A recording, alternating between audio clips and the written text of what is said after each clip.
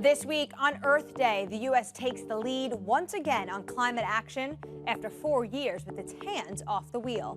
You know, these steps will set America on a path of net zero emissions economy by no later than 2050. Despite butting heads on trade, China becomes an ally in the fight to make the world go green. 世界前途命运 The future of the world should be decided by all countries working together. And the Americans bringing solar power to frontline communities. My end goal is to be able to bring solar to every single household in the country. I'm Anne-Marie Hordern, and this is Bloomberg Green.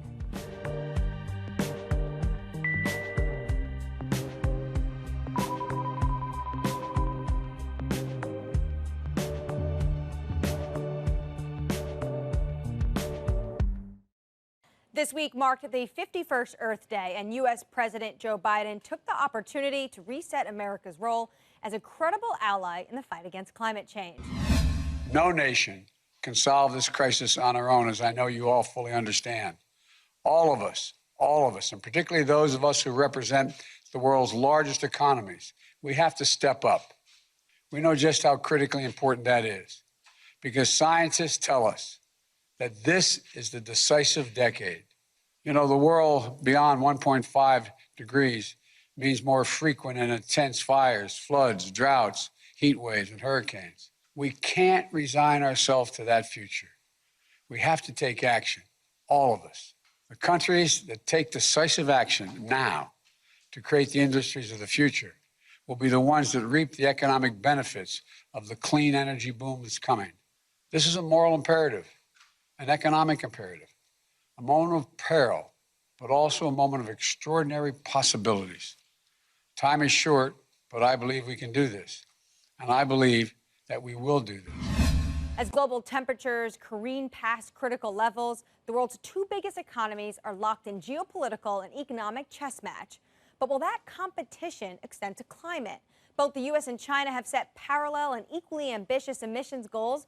We look at whether climate change will turn China and the U.S. into unlikely allies, or will it be another point of conflict? China has an ambitious goal. While it currently accounts for 1/3 of global emissions, President Xi has pledged China will be carbon neutral by 2060. Beijing plans to slow emissions growth, hitting a peak by 2030 by boosting non-fossil fuel sources and green tech, reducing pollution, and pushing to, quote, electrify everything, while hooking more industries up to carbon-free energy. Not to be outdone, U.S. President Joe Biden is aiming to beat China by a decade. He wants net zero emissions by 2050 and an emissions-free electric grid in 15 years. Both countries have picked key Paris Accord figures to lead their respective climate strategies. China's Xie Zhenhua has a record of deals with the United States, and while John Kerry initially took a swipe at Beijing's plans, he now says he hopes the U.S. can work with China. Parallel policies and key personnel could open up a new front of cooperation between the two economic giants. But Chinese diplomats have warned that working together will depend on Biden's stance on issues including trade, Hong Kong, and Taiwan. Those issues will never be traded for anything that has to do with climate. That's not going to happen. Besides the diplomatic balancing act, the two countries are also finding their own journeys to net zero problematic. Xie Zhenhua acknowledges it will be an uphill battle. China's total coal use is still rising, and it needs to balance economic goals with reining in pollution, while partisan divisions in the United States may force Biden to compromise on big policy leaps. But whether the two major economies clash or collaborate, one thing is certain: zeroing out emissions is a key aspiration for both. Now let's speak with our resident climate expert, Akshat Rathi. Akshat, thanks for coming on the program. The envoys of the world's two biggest emitters recently met. Of course, that's John Kerry and Xie Zhenhua. Any major breakthroughs amongst all this happy talk of cooperation towards climate?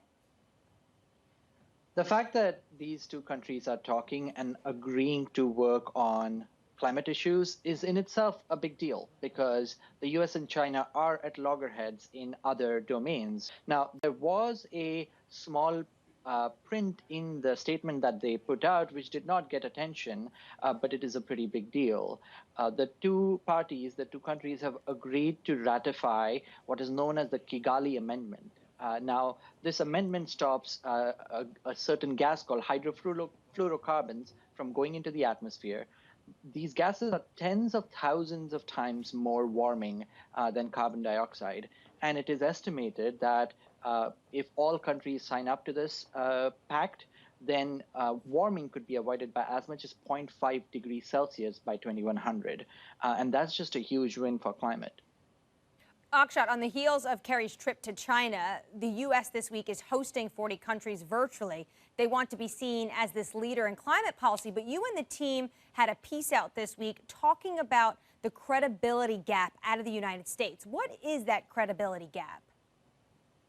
I think the first context we should know is the U.S. is historically the largest emitter of greenhouse gases.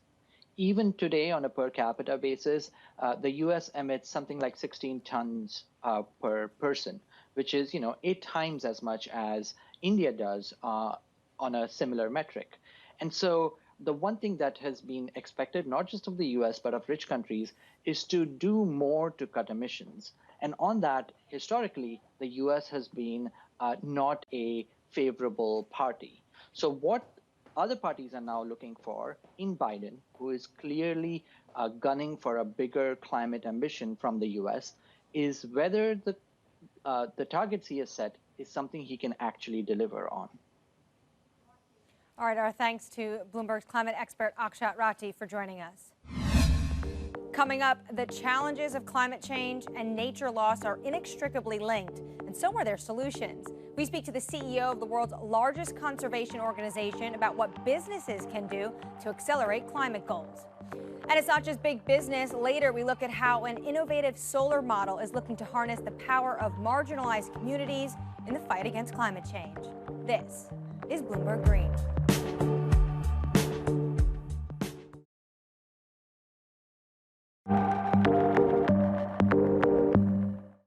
I'm Jennifer Zabasanja in New York, and this is your Green Brief.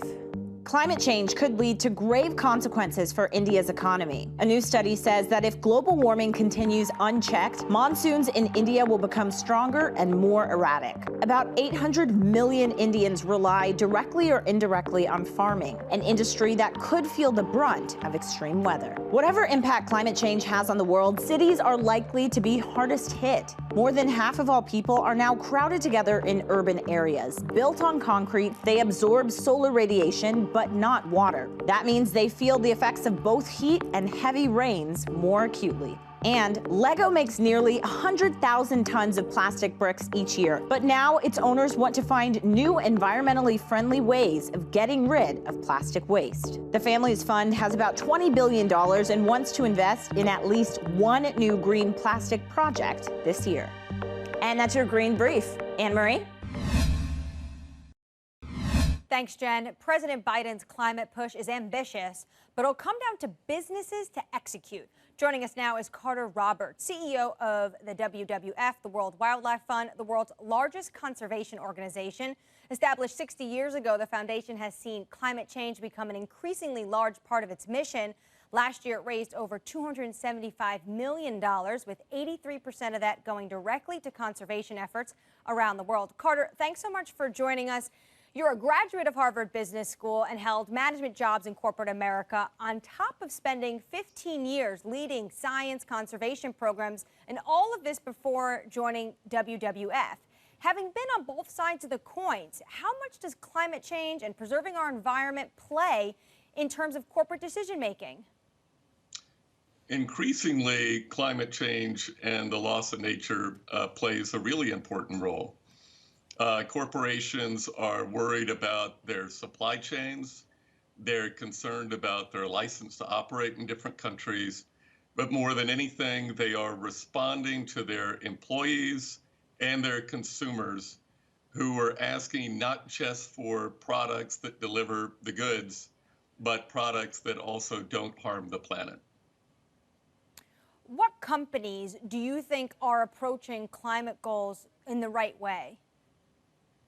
Oh, I'll tick off a few: Walmart, McDonald's, and Unilever and Mars. But if you take Walmart and McDonald's, for example, they have both set science-based targets that reflect their sector's unique responsibility to help the world meet the Paris Agreement's ambition. They both committed to transparent accounting. They are engaging with their board and their employees and their consumers.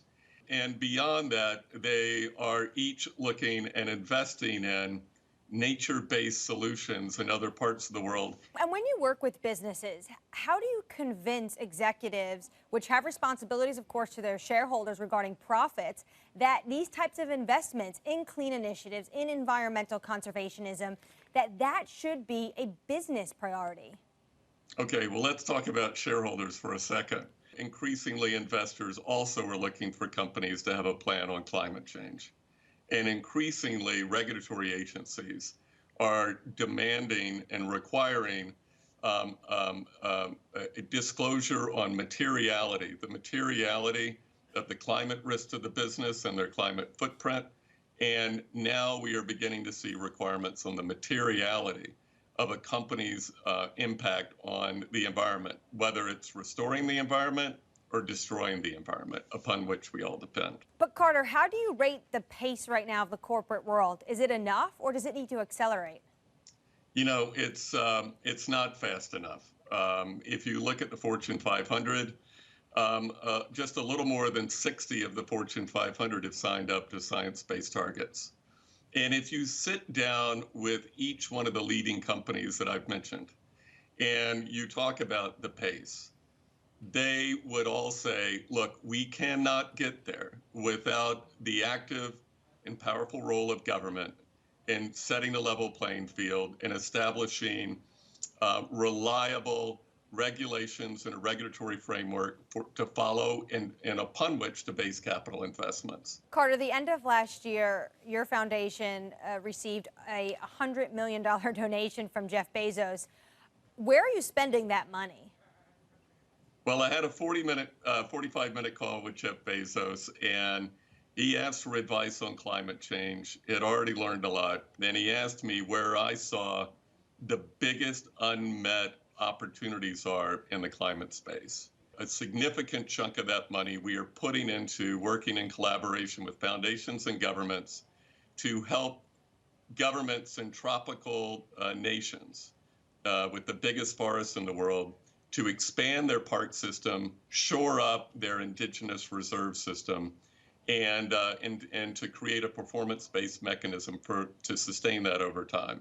A very profitable, I imagine, 45 minutes for your time at the WWF. Carter Roberts, CEO of the World Wildlife Fund.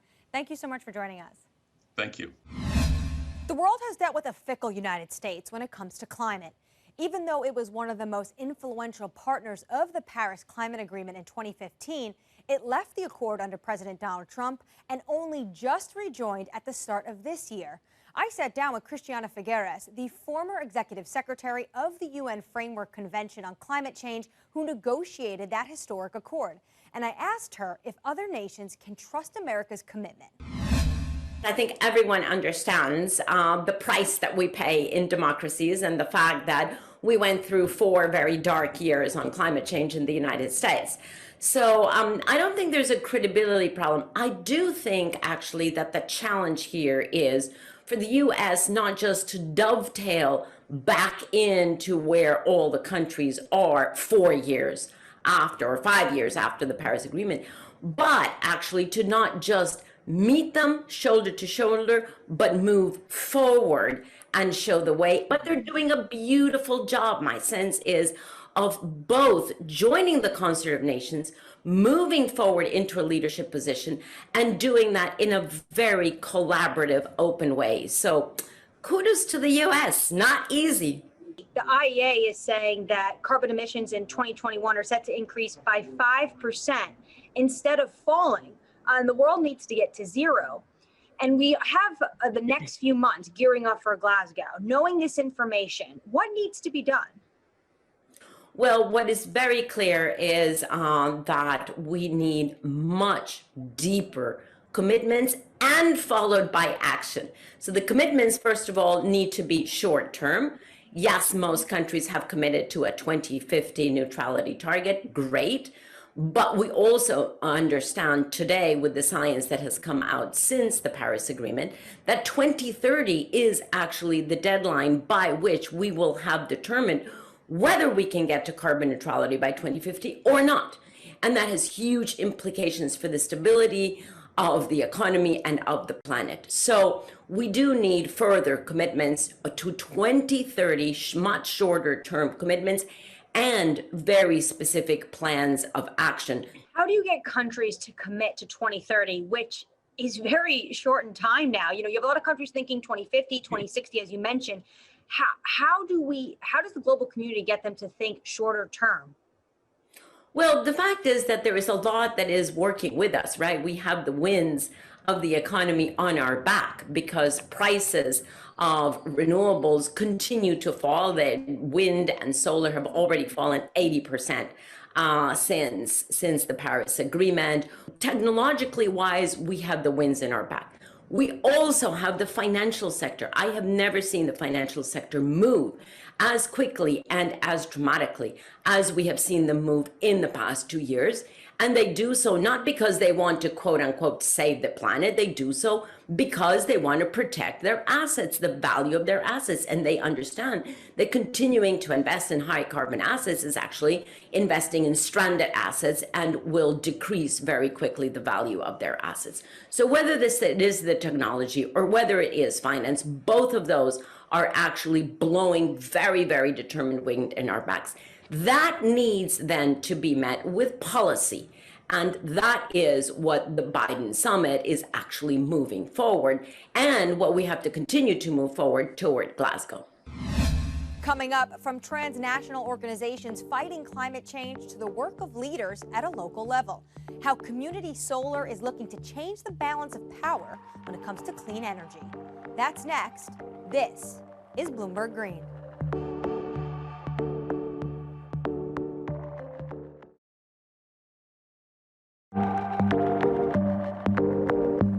From Bloomberg's European headquarters in London, I'm Anne-Marie Hordern, and this is Bloomberg Green. Equality is often touted as a key part of a green transition, just as important as new tech and public policy. And while solar is already proving a cornerstone of a low-carbon future, its benefits are far from equally distributed. Marginalized communities are being locked out of the solar boom as prices and mistrust keep panels off of rooftops. But community solar is looking to change all that. We caught up with the people making it happen.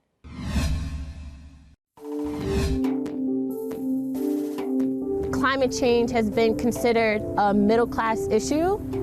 When a community is faced in survival mode, there tends to be a gap as far as what you can actually do.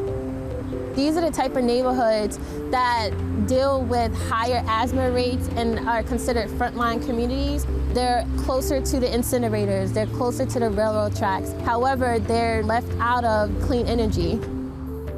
Crystal Hansley is trying to expand the reach of renewable energy and address systematic imbalances in the process. She's the first Black woman to run a company specializing in community solar, a fast-growing part of the industry that she hopes will make it easier for marginalized communities to go green and see economic benefits in the process. My vision is to bring solar to every city in the country. So cities like Baltimore City will be able to be a part of that just transition across the nation.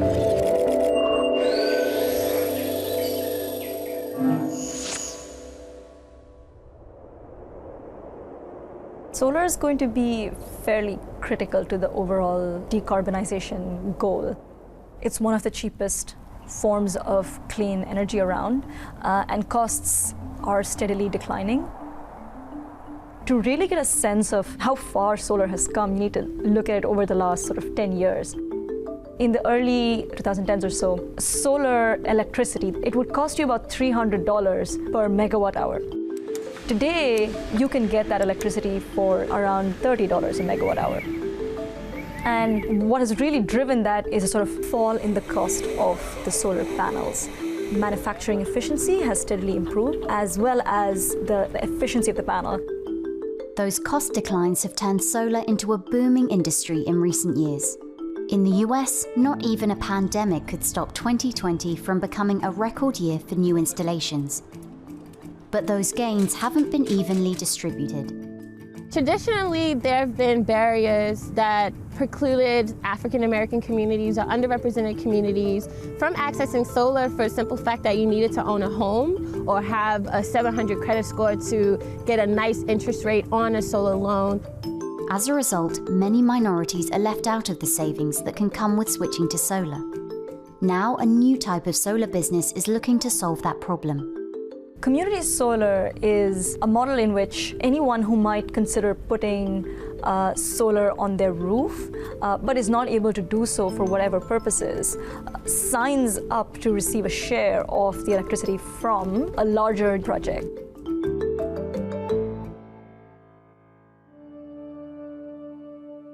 Community solar started picking up steam in 2016, and it's since spread to nearly every state. One up-and-coming hotspot is the Greater Baltimore area. This farm on the city's outskirts, built in 2020, was developed by Bith Energy, whose CEO, Robert Wallace, is one of the few black business owners in the solar industry. Baltimore, like every other city, in my opinion, needs solar energy. It reduces the carbon footprint, but it also is an economic engine. Our process involves using local minority and women businesses to help build the projects. Baltimore is about 2/3 African American. I believe that solar energy, like every other industry, should reflect the communities in which it serves. And that is a smart business principle. I think it's the right thing to do and the moral thing to do. Wallace says his company has 3 community solar farms currently serving the Baltimore area, with another 7 in the works. Meanwhile, Crystal Hansley of We Solar is working to make sure Baltimore's poorest residents can reap the benefits of community solar. State subsidies allow low-income residents to save up to 25% on their electric bill if they make the switch. So that's really huge for folks who are still, struggling while we climb our way out of this pandemic. Ultimately, community solar is just one part of the remarkable success story of the solar industry, which has become an undeniable bright spot in the fight against climate change. But it isn't yet clear how big a part this new business model will play. In terms of the scale at which solar more broadly can grow, a lot of the growth today is actually coming from utility scale power plants. In terms of adding more clean energy to the grid overall, those projects are definitely doing more. But community solar can definitely allow more companies, more people to get access to sort of the benefits of solar. My company has begun doing projects globally. We just kicked off a project in the Virgin Islands. We've marketed in West Africa and Latin America. These emerging global markets, we have a burgeoning middle class. I think the community solar model is the perfect model to accelerate the penetration of solar in those markets. It's cool and awesome, to say that you have a company that's not only fighting climate change, but also saving low-income families money. My end goal is to be able to bring solar to every single household in the country. That's my goal, and I think it's definitely viable and feasible. That does it for this week's edition, but keep the conversation going. Follow us on Twitter @Climate. I'm Anne-Marie Hordern, and this is Bloomberg Green.